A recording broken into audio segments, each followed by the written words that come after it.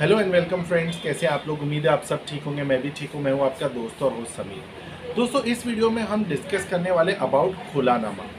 तो सबसे पहले तो मैं आपको ये बता दूं कि जो खुलानामा है वो एक फॉर्म ऑफ इस्लामिक डिवोर्स है। इस फॉर्म में लड़की जो वाइफ है वो डिवोर्स मांगती है हस्बैंड से। अब इसके अंदर ऐसा होता है कि जब हम इस्लामी शरीयत के हिसाब से अगर इस पे जानकारी लें तो हमें ये पता चलता है कि एज़ पर इस्लामी शरीयत लड़की जब खुला मांग रही है, मतलब वो छूट मांग रही है, छुटकारा मांग रही है उसके हस्बैंड से, तो उसको क्या क्या चीज़ों को साथ में छोड़ना पड़ेगा। जब शादी हुई थी लड़की की, तब उसने हस्बैंड से एक मेहर लिया था। उसके बाद में कुछ चीज़ें ली थी, तोहफे लिए, ज्वेलरी ली, वगैरह वगैरह। तो अगर वाइफ जब खुला मांग रही है हस्बैंड से और हस्बैंड खुशी खुशी दे रहा है, तो वाइफ का हक उसकी चीज़ों से हट जाता है। जैसे जो ज्वेलरी दी हस्बैंड ने, जो मेहर का पैसा दिया, वो भी। लेकिन एक अलग बात ये है कि हस्बैंड्स आजकल के टाइम पे थोड़े अच्छे भी होते हैं।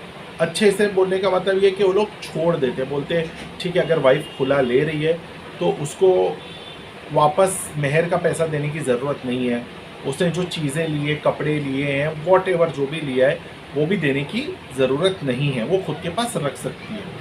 तो हस्बैंड अगर चाहे तो माफ़ कर सकता है। इसके अलावा खुलानामा में ये भी मेंशन होता है कि अगर शादी से बच्चे हैं तो बच्चे किसके साथ रहेंगे।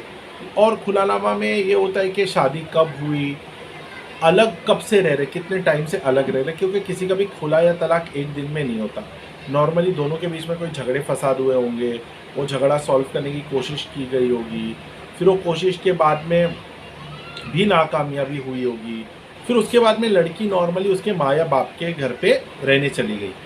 अब होता ऐसे कि जब लड़की ड्यू टू जो भी रीज़न उसके माँ या बाप के घर पे रहने चली जाती है, मतलब हस्बैंड से अलग हो जाती है, हस्बैंड से अलग रहती है, तो एक जब सिग्निफिकेंट टाइम हो जाता है, किसी केस में 2 महीना, किसी केस में 6 महीना, किसी केस में 1 साल, तो ये जो अलग रहना होता है नॉर्मली, ये अक्सर लड़कियां ऐसा सोचती है कि मैं अलग रहूँगी अपने हस्बैंड से तो शायद वो शादी में कुछ बदलाव आएगा। कभी लड़की हस्बैंड को पनिश करने के लिए अलग रहती है, कभी लड़की हस्बैंड को सताने के लिए अलग रहती है, कभी लड़की खुद बदमाश होती है और वो इसीलिए अलग रहती है। तो जो भी कारण से वो अलग रहती है, एक समय ऐसा आता है जब दोनों ये फैसला करते हैं कि अब ये शादी नहीं बच सकती, तब खुला बनता है।